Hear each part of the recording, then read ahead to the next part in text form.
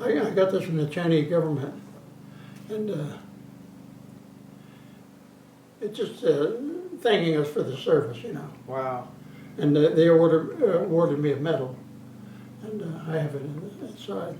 That happened in 1988? Yeah, I was at a meeting, and they asked me, where do you serve? I says, I served in China with the Flying Tigers. Oh, and they said, we have a medal for all the guys that served in there, all the combat guys, you know. So they wrote a letter to them, and I got the medal back.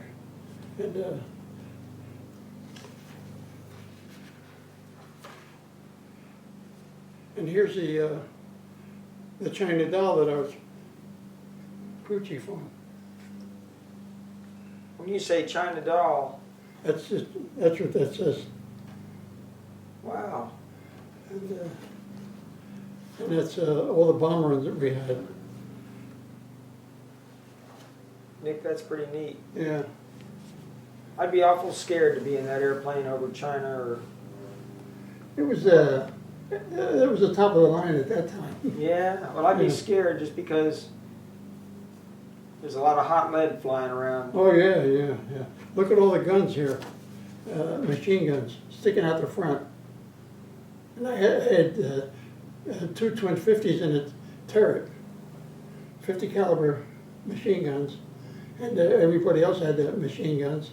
The waist gunner, the other waist gunner on the other side, and the tail gunner, and all the nose gunners, like the bombardier and the navigator. He got up here and worked some of these guns here. And sometimes the nose wheel wouldn't go down and lock. I had to go down there and hook up my safety belts on the frame of the airplane and kick it down and lock. I was 18 years old. I didn't care. I understand. And there's a picture of the whole crew. And there's me there. No way. Yeah, I'm 18 years old. Okay. Now, you weren't standing in front of a bomber right there. You were standing in front of... The fighter plane, the Okay. Flying Tiger fighter plane. Okay. We worked on those. All right.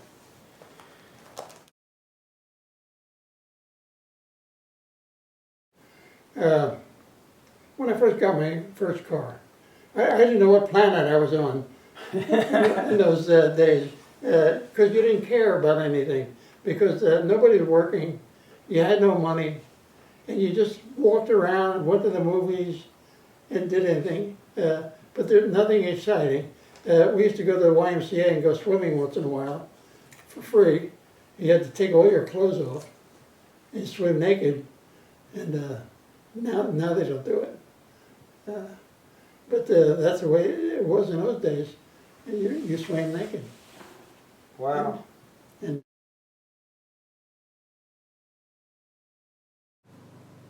actually,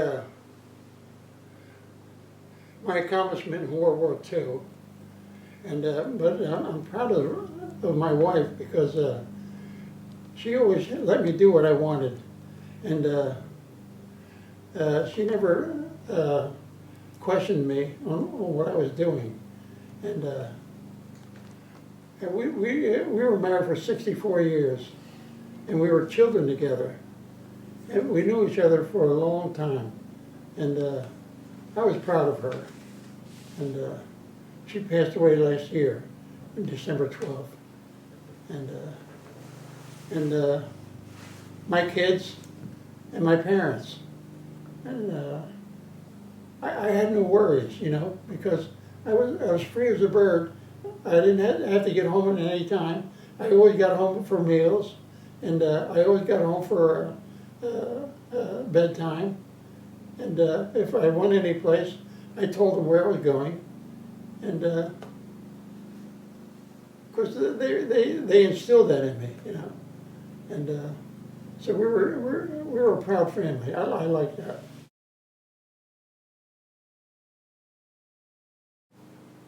I think when I went into service, I didn't know anybody. And I enlisted and I went down to Fort Dix.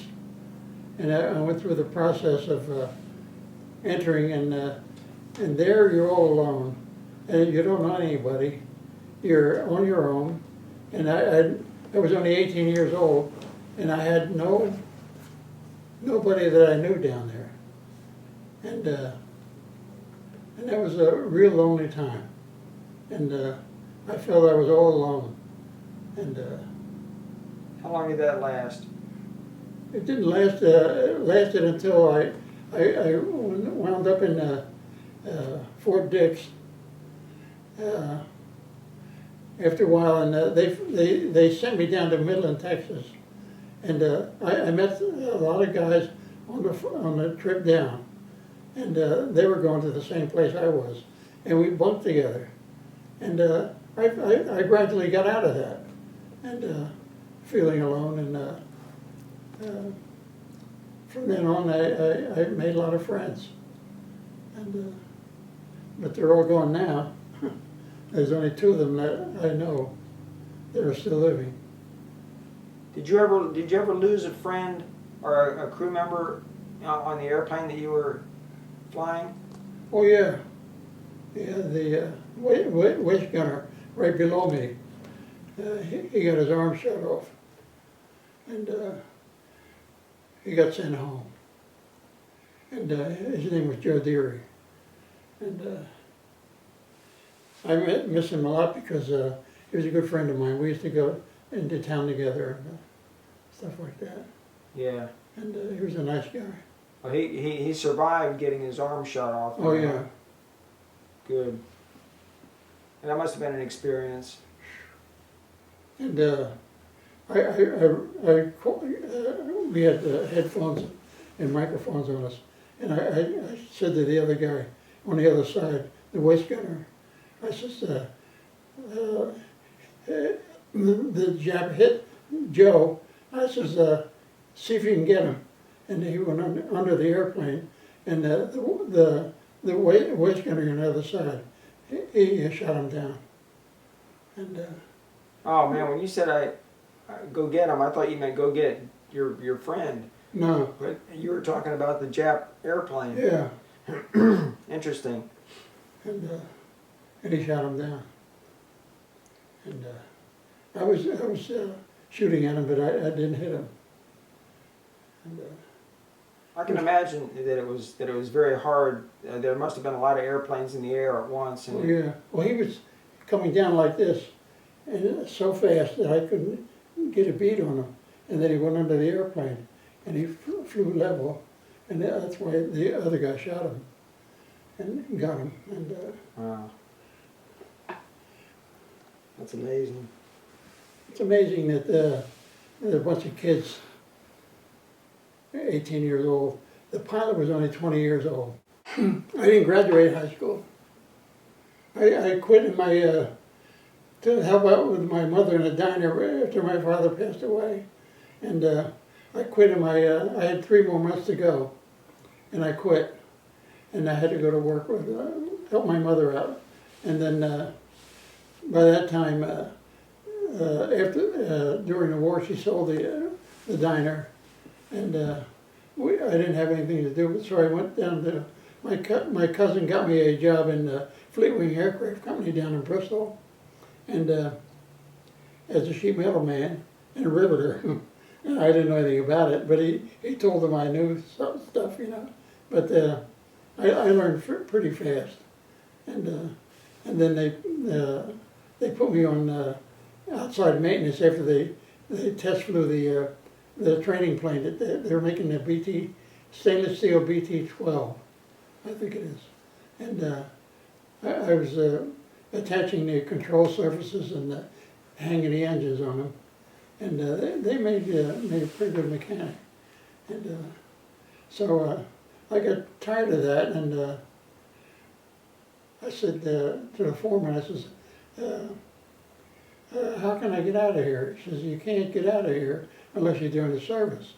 So that's when I enlisted in the old Army Air Corps. And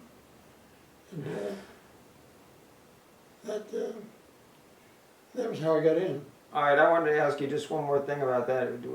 How long did you stay in the service? 4 years, 6 years, 4 years? No, 3.5 years. Okay.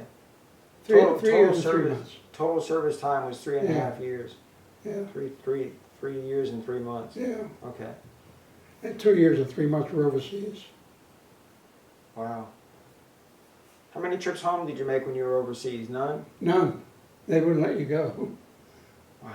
I didn't even, I got home once when I was in the States before I went overseas. But they wouldn't let you go home. We're too busy. Wow. Okay. And you were already married? No, So when you got back, you got married. in 1946. June of 1946. So when you were overseas, were you conversing with your wife? Were you sending letters and? No. They had monitored everything you said, and they crossed out any information that told where you were. In those days, you didn't know, nobody knew what area you were in. They knew the area, but like Asia, they knew I was in Asia, but they didn't know anything about who I was with or anything. And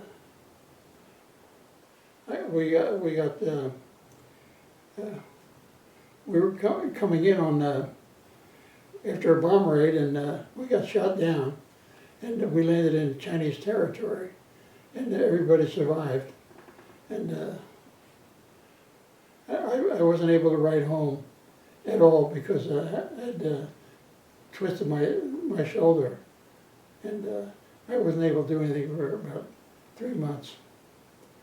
And, You were shot down, Nick? yeah, So did the airplane, did you jump out of the airplane or were you able to land? we jumped out. I said to the pilot, I says, let me fly it down. I says, you know, and he says, shut up. And he hooked my strap up to the jump line, because we had jump lines in there. Okay. And they didn't trust you to pull the ripcord because you were too scared when you jumped up. And they hooked the static line up to my buckle, and Out you went. out I went. Now, was that out the Bombay door or was that out a side door? Or? Out the Bombay door. And that was a B-24? Yeah. Wow. And, it was empty, and all the bomb racks were going. All the bombs were going. And there was a catwalk like this, and you just slid it down one side. And he hooked up the thing to the cable. Okay. So you landed in enemy territory? No, Chinese territory. Okay, so there you were okay? Took us a day and a half to get back. Okay, Yeah. Oh, they loved the Americans, I'll tell you. And you go into a store and they offer you anything you want. And especially the Flying Tigers, the pilots. They always carried guns into town because the Japanese were infiltrating, and we couldn't tell the Japanese from the Chinese. But after a while, you could tell the difference, and because they were more, their features were more severe, and the Chinese were more gentle, and but they were armed when they went in there. So they mixed alcohol and guns. Oh yeah. Well, they were a wild bunch. I'll tell you. Scott and Russo, and I knew a lot of them, and because I worked on their airplanes, and they flew escort for us a few times until the P-51s came in, and then they all disbanded, and then the 14th Air Force took over, and I transferred to the 14th Air Force. Squadron and Yeah. I'm trying to, I'm a little interested in that, but Well, in combat, you lose a lot of people, and you transfer one. So, like I got transferred to Quay Lin, but they brought me back again. I was only there a month, and because they needed a mechanic up there in Quay Lin, which is about 50 miles away, and then they brought me back again, and it's hard to remember a lot of stuff. Well, I have cancer. The one I have now. Yeah. Yeah. I have 4 different types of cancer. I have prostate cancer, lung cancer, stomach cancer, and bladder cancer. Mm. And I could give one away if anybody needs it. And, All right, I'm going to throw this at you right away. I don't think I should ask this, but I'm going to ask it. It's going to be tough. Do you think about dying, and are you scared? I think about dying, but I'm not scared. I lived a good life. I'm 90 years old, and I'm being treated very well here, and my daughter takes care of me, and we have enough money to take care of me, and I have enough property to enough income where I don't need any money. I don't need any money anyhow because they do everything for me, Yeah. and I'm happy. I'm content, and I don't think about. I think about dying, but it doesn't scare me, and I just hate to leave my friends. That's all. And but it doesn't scare me at all. My Dying. She said, "I'll see you someplace." She's probably in heaven. I says, "Honey, I don't know if I'll get there or not." I'll probably be shoveling coal. All right, so there's another question you probably already answered. Do you believe in an afterlife? Oh yes, yes. Okay, and they're getting a little easier. This one you'll probably enjoy. Do you regret anything? No, I don't regret anything, except that I didn't. I think I had the brains to go to college, but I didn't have the opportunity or the money to do it. And I managed to make a good living anyhow, without that. Yeah, you sure did. I sent 2 kids, two of my children to college. One became an engineer for Philadelphia Electric, and my daughter is a teacher. She works in the elementary school, and so I'm proud of that. Traditions have been passed down in your family. Well, we're Greek Orthodox, and they passed that on to me, and I passed it on to my daughter and my son. I married a Greek girl, and we always went to church, and of course in this country you can't marry into your own religion, your nationality either, because it's so mixed up. That, so we get out of the habit of trying to do that, to have somebody marry into their own religion and ethnicity. So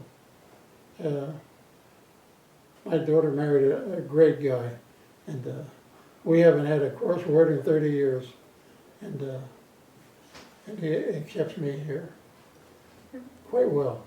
And he always, when we go out together, he always gives me a chair to sit on. He always holds my arm, and he's a great. He's like my son. Yeah. Yeah. What's his name? David. Okay. David Thompson. Okay.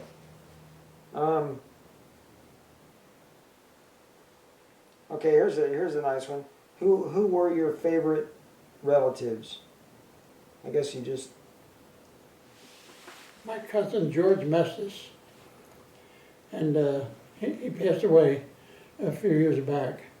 But he's the one that got me a job in Fleet Wing, and I lived with his family down in Mount Holly for about a year, almost a year, and we got to be pretty tight, and we got to know a lot of people in the aircraft industry, and a lot of young kids, and we went out dancing together, drinking together after hours, and we had a good time, and they were a good part of my life. You stayed pretty close to them for a long time? Yeah, until they, several of them passed away. And after that I lost track of them. And, but you do that, like it's like when you leave high school, you leave, you forget everybody, and you move on to new friends. Yeah. Do you, as far as your family goes, do you remember any of the stories they used to tell you?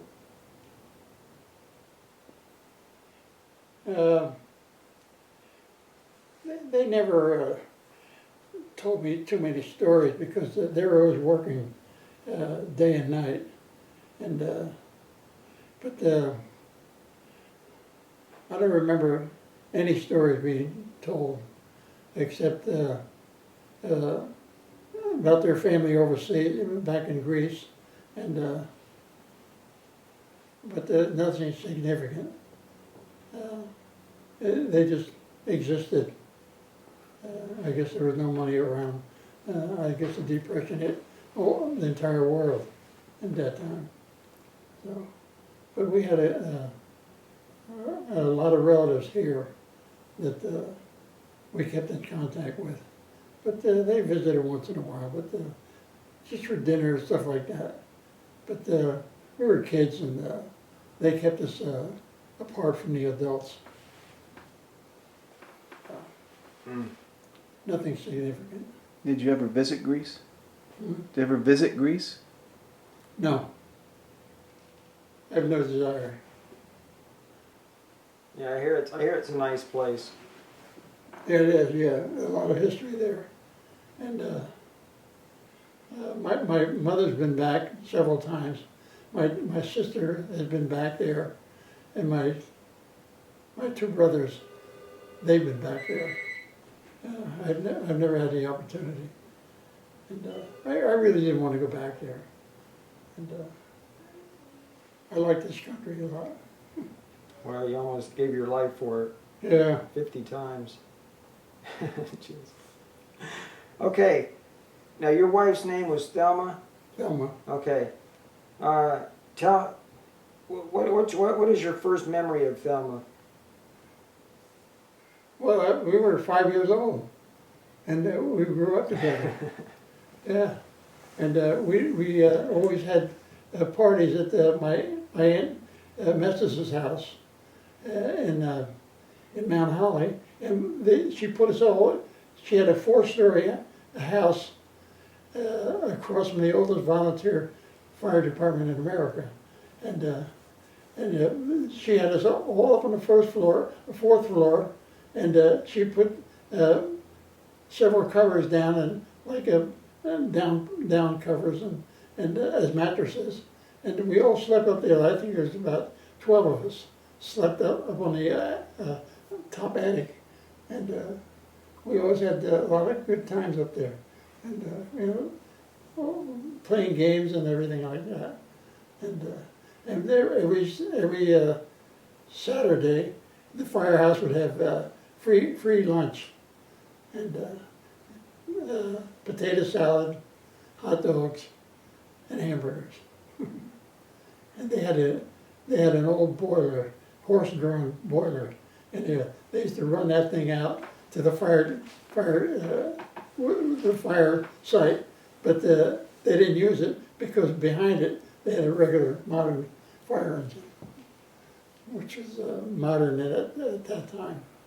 But I think this we drove by there about a month ago, and the firehouse is still standing. Well, that's a good memory. Yeah. And I used to work for my uncle had Georgie's father had Georgie Mestis' father had a shoeshine parlor down in on Main Street in Mount Holly, and he had a parrot, and I forget the name of the parrot, but he had it in the front window, and he had 4 places where you had to climb up and sit down and put your feet up on these little things that they had for your shoes, and he would polish the shoes. And he taught me how to, me and his son, how to polish shoes, you know. And I think it was 10 or 15 cents to polish the guy's shoes, and they gave you a nickel tip. And it was a lot of fun. And we used to sell peanuts, you know. We used to go back there, and he had a drum about this big, and he put a bag of peanuts in there, and every so often you turn the thing, and he had gas burners underneath, and he'd roast the peanuts, and then you stop it after 10 minutes and slide the door open, and pick a peanut out and see if taste it, and see if it was done, you know. But it wasn't done. So you have to keep cranking it. And I enjoyed that part of my life. And What's the hardest thing, what has been the hardest thing about losing Thelma? well, first of all, I loved her a lot, and I never cheated on her. And she was a virgin when I met her, and because she didn't like anybody else, and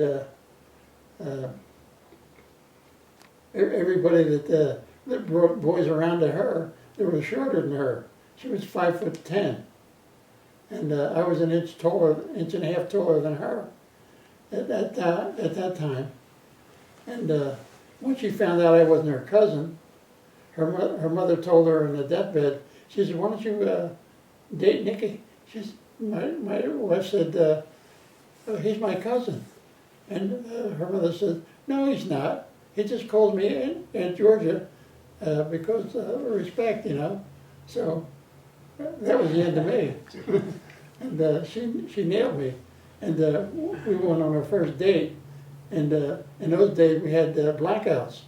And we drove about a half mile up to the top of a bridge, and the sirens went off, and everybody had to shut down their cars, turn the lights off, and stay where they are. So we started necking. You know? Not bad. Yeah. Good setup. Yeah. So that was perfect.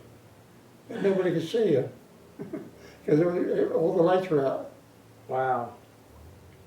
How often did that happen? The lights went out like that? Every night. Because there was no air raids, but they were practicing air raids alerts all the time. And they usually practiced them at night. And they had air raid wardens and everything. Air raid wardens? Wardens, yeah. Guys that... They went around and made sure your lights were out. Oh, okay. Yeah. I got it. And everybody was inside their house. You couldn't be on the street. Everything was rationed. Did that go to their heads a little bit? Yeah, yeah.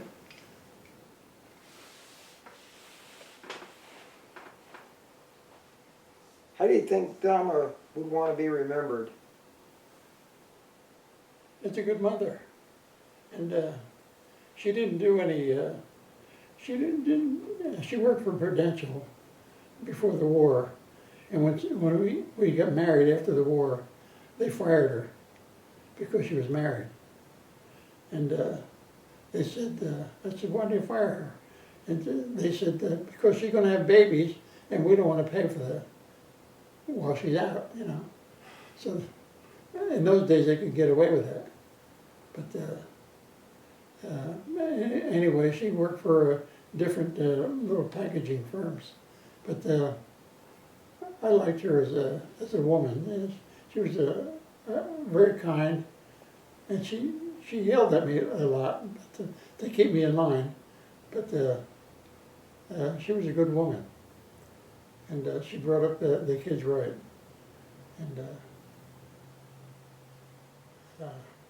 And my priest said, "Nick, you're single now." I says, "No, I'm not." I says, "I still have her in my heart." And I says, "Till death do you part" doesn't work with me. And I says, You're making me feel bad now. I've been married 4 times. "No, I wouldn't get married again. I couldn't find anybody else like her." And she was good. She was there all the time. And before she got sick, she had my meals ready for me when I came home from work, and my clothes ready for me, and she had all the washing done. She did all the housework, and then when she got sick, I became a housewife, and I started doing the laundry and cooking for her, and that's the way I felt I had to do it. I did want to do it, and because she did it for me for many years, and I wouldn't think of anybody else. Wow. So, I think I can answer this question for you. What was your relationship like? I think it was pretty good. Oh yeah, very good. Oh yeah. She threw me out of the house once, and because I was giving her stupid answers. Every time she asked a question, I'd give her a flip answer. She said, "I want you out of my house right now." I said, I'm tired of talking to you." And I got in my car. I went to the bedroom. I got $100, and I said, I'm leaving forever." You know. So I got in my truck, and I drove up 309, and the phone rang, and I didn't answer it. And then I had gone up by Tamaka, and I turned around. I'm coming back, and the phone rang again. I says, "Hello?" She says, "When are you coming home?" I said, "Sweetheart," I said, I'm halfway home now." So she said, "Don't you ever do that again." She said, "I only threw you out. I wanted you to go out of the house, not leave me." You know. So I said, I knew that. Well, she was a good dancer, and we danced a lot, and she was a good mother, and she was a good talker. She didn't forget anything, especially the stuff I did wrong. She never forgot anything of it. And I guess you guys know that. And she was always well dressed and always clean, and she washed clothes every day. I said, "Honey," I said, you're going to make the water company rich." And she says, "I don't care. I got to have clean clothes." And there were no. We had a hamper basket, and it was only half full all the time, and that's what we wore the week during the week, you know. And then she'd wash them right away. And she was a good mother, good wife. And she got to be pretty heavy. And she says, "You don't love me anymore, do you?" I says, "Honey," I says, "I'll love you any way you want." And I grabbed her, and she was pretty heavy. She was 230 pounds. But she wasn't fat, you know, that round. But she had a good, nice shape. She was a very pretty girl, and I often said to her, I said, how come you married me?" I said, "I'm ugly." She said, "No, you're not." She says, "You're a good man." So, but I liked her a lot. Yeah, she sounded like a great lady. Oh yeah, and she was opened up at a lot of get-togethers, family get-togethers, and she spoke a lot, and she didn't hold back at all. But she showed her temper a lot to other people, but not to me. And if somebody aggravated her, she'd tell them off. And, That's good. Nick, is there something about Thelma that you think no one else knows? That you want to share. Yeah. That's a tough. Did you enjoy school? yes, I enjoyed history lessons, and I enjoyed sports. I played football and baseball in high school, and the athletic instructor, because I was Greek, he thought I knew about wrestling. And he says, come on, I'm going to teach you wrestling. See how good you are at wrestling. I said, I don't wrestle, you know. But he flopped me around on the mat, you know. I said, I had enough. It hurts, you know. And so he says, well, what kind of sport do you like? I says, well, let me try football, you know. And I got hurt too many times. And he says, what would you like to do in sports? I said, well, how about kicking, you know, kickoff? And I said, then I kick the ball and I go sit on the bench. And he did that for a while. And then I got into baseball. And I didn't like that too much, because it's too much standing around. And so I got out of sports. And, Yep. yeah. What kind of student were you? I was a passing grade. Maybe 70, something like that. Did you stick your hand up and participate in the class? Did you? No, I always sat in the back, Okay.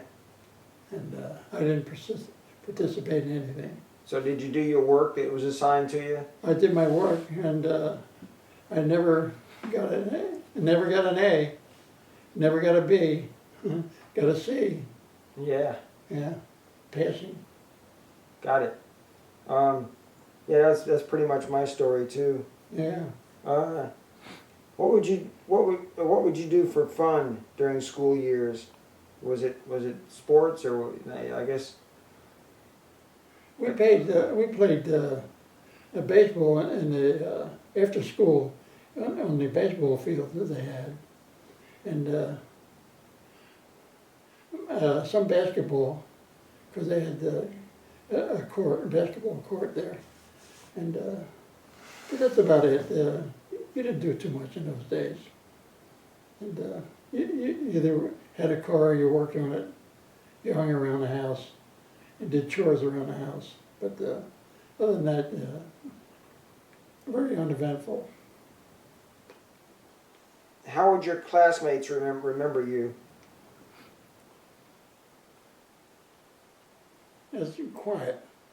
I didn't make any noise, and I never spoke too much, and it was very quiet. I was afraid of getting up and talking in front of the class, so I refused to do that. Wow, they let you get away with refusing to do it back then? Oh yeah. Oh, okay. Interesting. Are you still friends with anyone from that time in your life? No. I've outlived them. All right, this is a best memory and worst memory question about your school experience. My school experience? Yeah, just like your best memory of grade school and high school, and worst memories. In grade school, I fell in love with a teacher, and she reminded me of Lorraine Day, the movie star at that time. And I used to sit there goggle-eyed, mouth open, looking at her all the time. And she'd say, "Nick," I said, "Did you call me?" And but I fell in love with her. And but she had a nice class there, and she never yelled at anybody, and she never yelled at me, and she knew I liked her a lot. But that's about the only. I enjoyed going to class because I knew a lot of kids, you know, and we always went from one class to another. Most of us stayed together, and we went from math class to history class, and so on. And So we were pretty good friends. good. After school, you just basically helped around the house and played ball at the park. Yeah, well, what I did, my father had a restaurant, and I washed dishes in a restaurant, and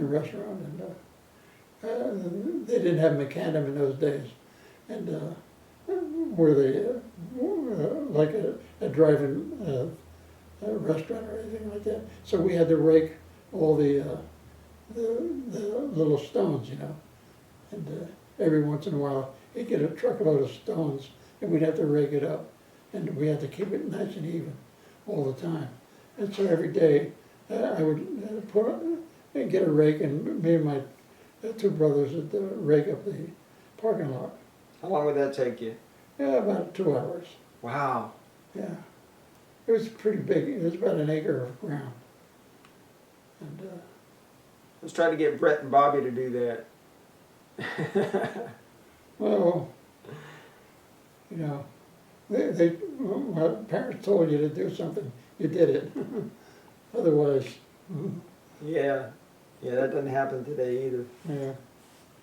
Well, they didn't hit us, but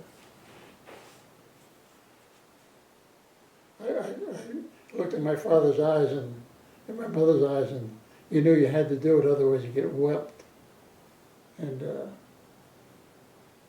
but they always held back. Did a teacher have a particularly any one teacher have a particularly strong influence on your life? Well, we heard about that one. Yeah. The athletic instructor, he had a big influence on my life, and because I spent a lot of time with him, and he tried to make me into a sports figure, and to play a lot of sports, and I just couldn't do it, and he finally gave up on me, and I think after about 2 years he gave up on me because I didn't have my heart into it, and he knew that. So I always wanted to get in my car and go. And, I think in those days nobody checked you for a license either. Right. Especially we knew all the cops in town anyhow. They used to come into my father's diner, and so they wouldn't arrest me. They wouldn't get free coffee. That's right. Yeah. The good old boy network lives strong. Oh yeah. In those days, yeah, it was very strong. The handshake meant a lot in those days. That's how my father got everybody to help him out. Did you ever get brought home with him? Oh yeah. I called the teacher. You mean sent home from school? No. With the police ever bring you to your father instead of to the station or anything like that? Oh no. Never got in trouble like that? No. And he says, the minute you feel anything like you can't pass urine or anything like that, you can't move your bowels, he says, you tell me and we'll run a bunch of tests. And that's how they found my prostate cancer. And that was 14 years ago. Mm. And my lung cancer was 12 years ago. So they're no factor anymore. And but my stomach cancer and my bladder cancer is still there. And, but I don't feel anything. Did you have surgery done on those two cancers? Well, the stomach cancer, they took a third of my stomach out, Okay. but the bladder cancer, they couldn't touch it. Yeah. But they said that's, they told my daughter, they says, Nick is not gonna live through the night. That was a year ago. And I'm up and around, and about a month later, he said the same thing to her. And I said, I'm not gonna die. And I said, I don't feel anything. I said, how can they tell you if I'm bleeding and I have no pain? And I said, everything's in remission as far as I'm concerned. I said, I'm gonna just coast along till the end, you know. And so I don't worry about it. A lot of people could take lessons from you. It's a hard thing to get over. But when I first had prostate cancer, I thought I was going to die right, within 6 months. But they contained it, and he says, "No, you're not going to die from cancer, from prostate cancer. You're going to die from something else, you know." And he says, because prostate cancer, we can prolong it as long as you want. You know, you're not going to die from it. So he gave me another cancer. Right. Lung cancer. So. That's right. And that didn't kill me either. Try this one. So, no, somebody said, why don't you sue the doctors because I think they're giving you cancer with all the treatments you're getting. I said, no, they're not. I said, they're just trying to help me. I'm not going to sue anybody. I said, I don't want to do that. No. I said, 9/10 of the doctors are trying to help you. I said, they might make a mistake once in a while, but I'm not going to sue them. And they said, well, you got a good case. I said, well, no, I don't think so. I said, I don't want to sue them anyhow. So. Yeah. Yeah, it's not a pleasant thing, even if the outcome is good. Yeah. When did here's some questions on raising kids, and then we'll probably break, and we'll see how much footage we get out of this. Well, we got plenty. When you're done, we need to do the close-ups of the photos. Okay. Here's the last one is about raising children. When did you first find out that you'd be a parent, and how did you feel? I felt good, and as soon because we wanted to get children, and we had two, a boy and a girl, and I felt good about it, and my wife felt good about it, and I was there at her birth, both of them, and we raised our children pretty good, I think. Oh, look at my daughter; she's taking care of me now, and I wanted to go in a nursing home. She said, no, you're not going to go in a nursing home. You're going to come with me. I want to keep an eye on you. She does that. You saw her bring a pill in for me. I forgot all about it. And, Yeah, we get a talking to when we take you out to lunch. yeah. Not to feed you what you want to eat. We're supposed to feed you something else. Yeah. Her food is different than what I'm used to.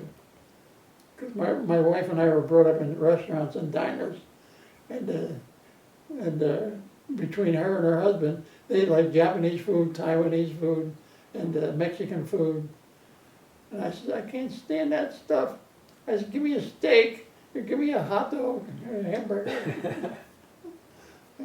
But they won't do it. Well, I guess there's got to be some pain. Yeah. No, I eat the food. That's good. And, what she makes. And it's keeping me going. Once in a while you escape. Yeah. Yeah. And it tastes a lot better then Yeah. when you have to steal it. Can you describe the moment when you saw your child for the first time? The what? Can you describe the moment when you saw your child for the first time? Oh yeah, I was real happy. It was a boy, and everybody was happy. The whole family was happy, and my wife was happy, and I never regretted it because he was a good boy, and I only scolded him once, and in all the years, and we sent him to college, he became an engineer, and he was a good boy. He married a nice girl, and she's like a daughter to me now, and she always comes up for every holiday. She lives in Philadelphia, and she's a sweetheart, and I like her. I like her like a daughter. I call her my daughter, and then you've got Jenny. yeah. Oh, she likes her too, and she's a nice girl.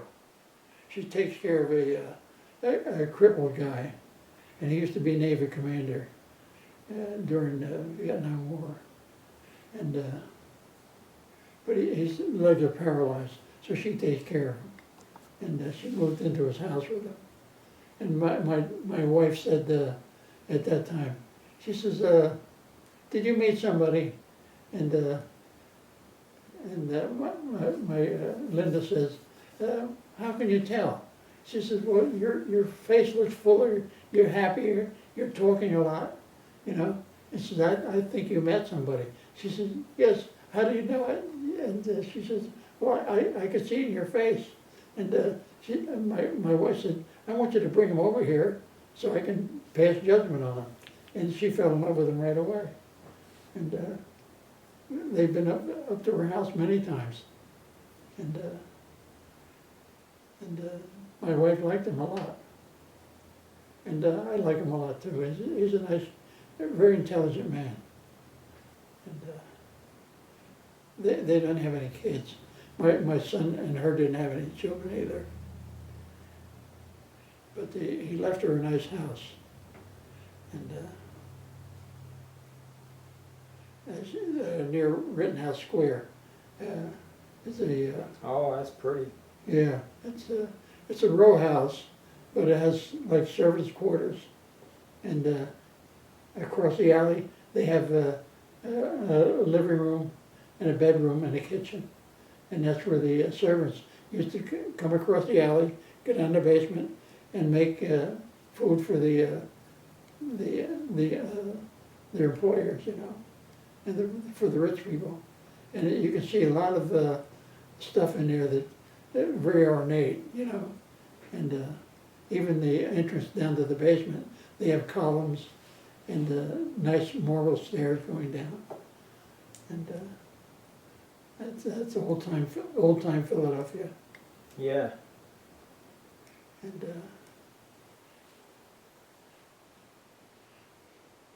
but that was before they had cars, and they have no place to park. But she sold the house just recently, about 6 months ago, and she moved in with George.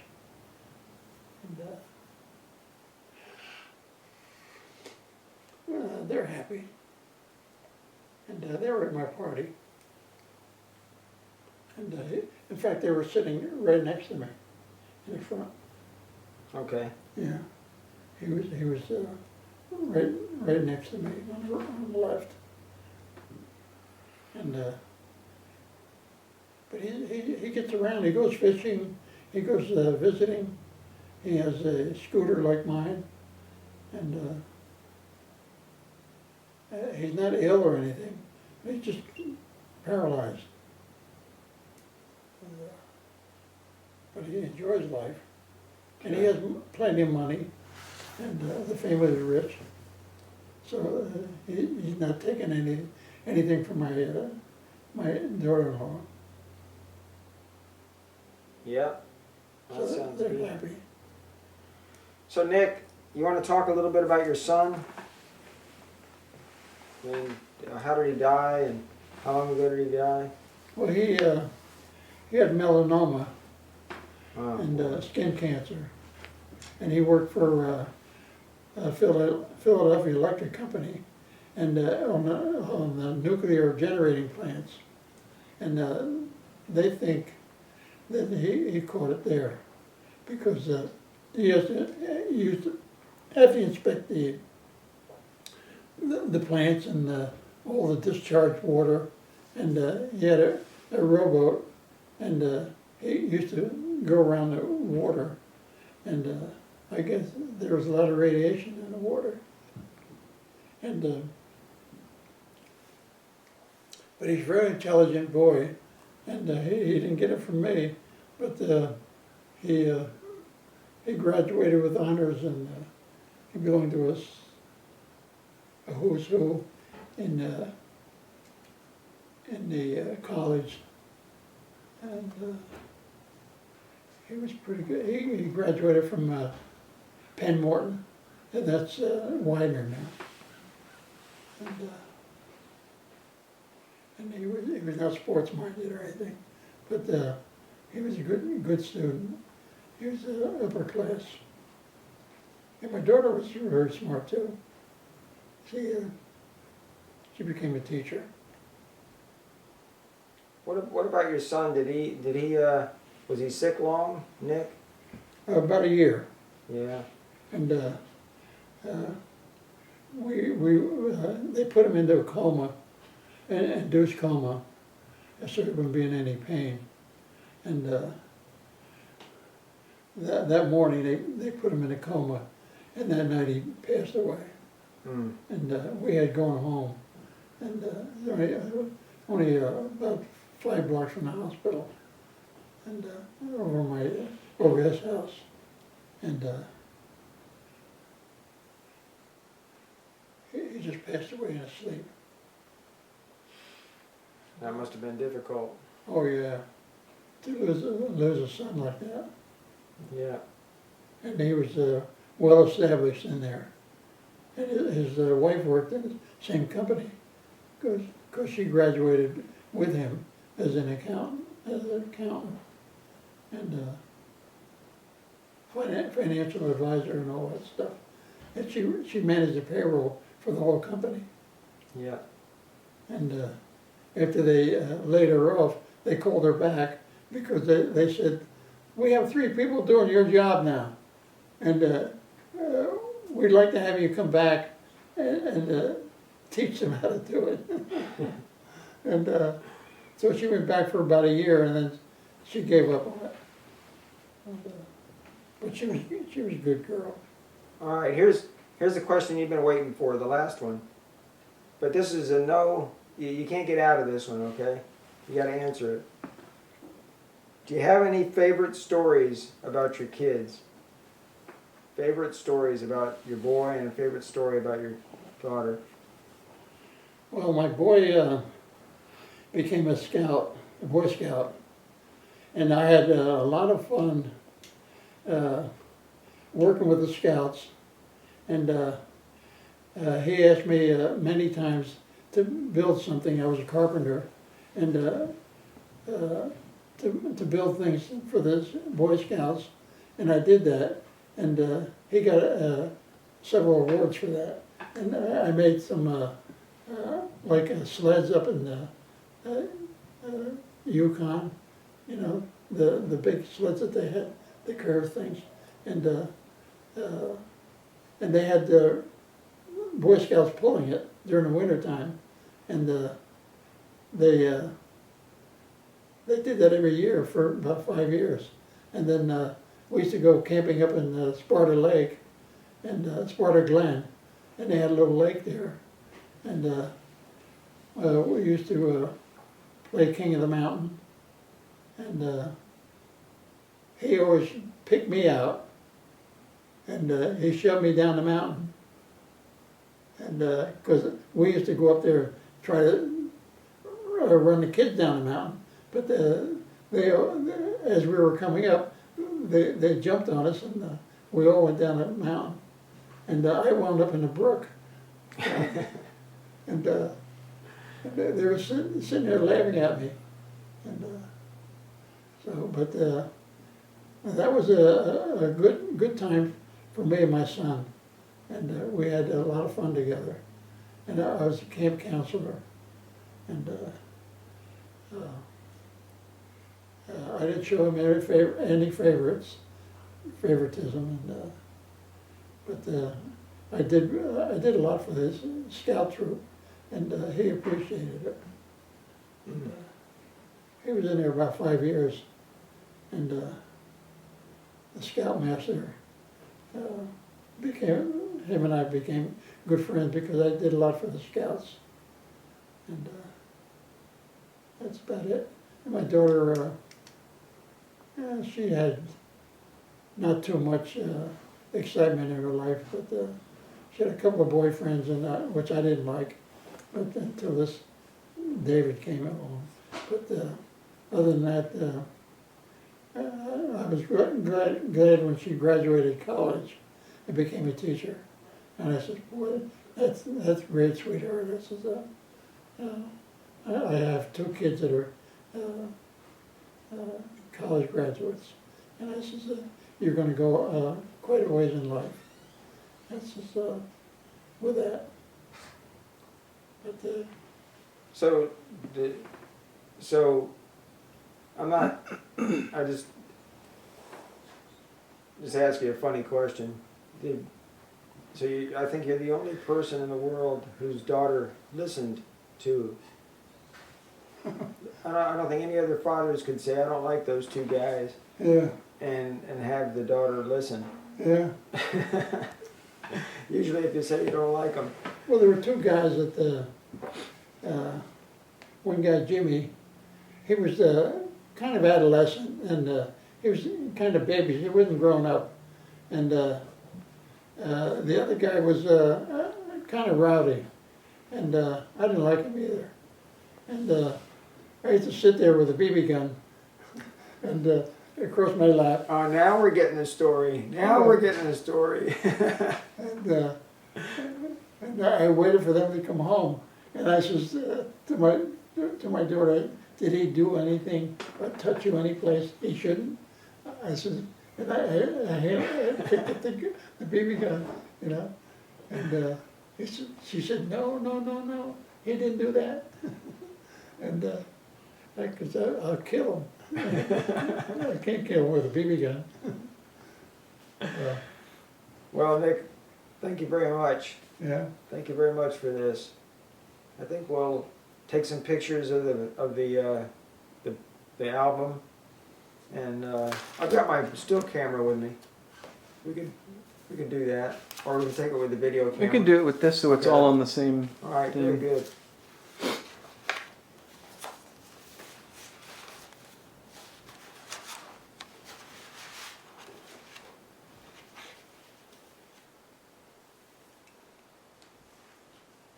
Boy, for a guy that didn't finish high school, you got a lot of shingles there. Yeah. That's great. Well, I worked hard, and I went through a terrible time during the war and through the Depression, and it gave me a lot of drive, and I wanted to do good for my family, and I took any job before I became an apprentice carpenter. I took any job. I worked for a sheetrock company for about a month. I quit that job, and I worked for a brake company where they made electric brakes for trucks, and I couldn't stand the smell in there, and it was asbestos, and I quit that job after 2 weeks, and then I started the apprenticeship.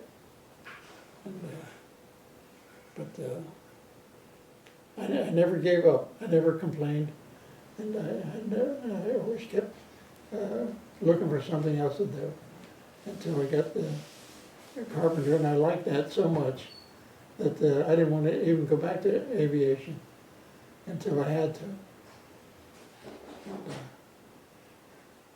But that's about it. Wow. Well, I learned a lot of things about you. Yeah. Well, this is my discharge. I guess you can get them. That's the original discharge. Can you take the... Just let me know when you're ready. I'll slide it over.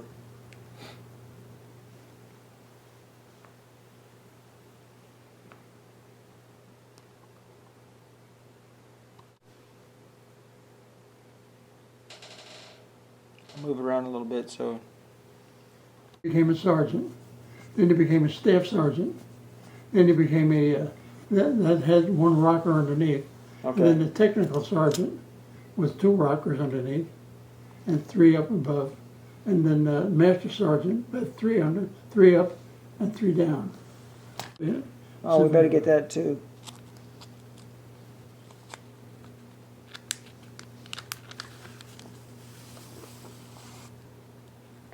Ready? Mm-hmm.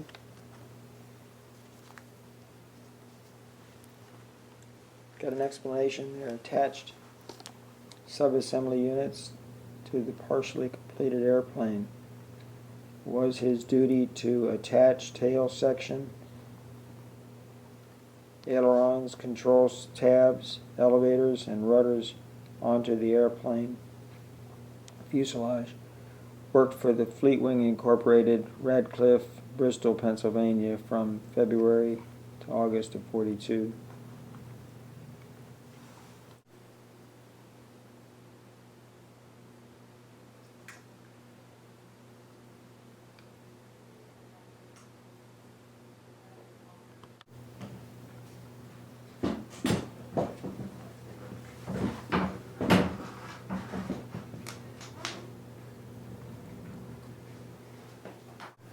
And if you were wounded and you were laying face down, or they turned you over, they could see the Blood shit.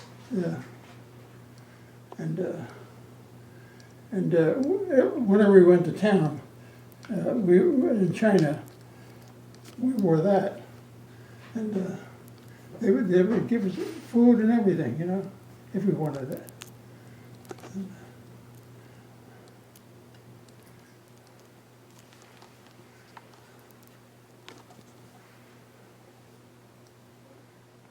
Oh, that sounds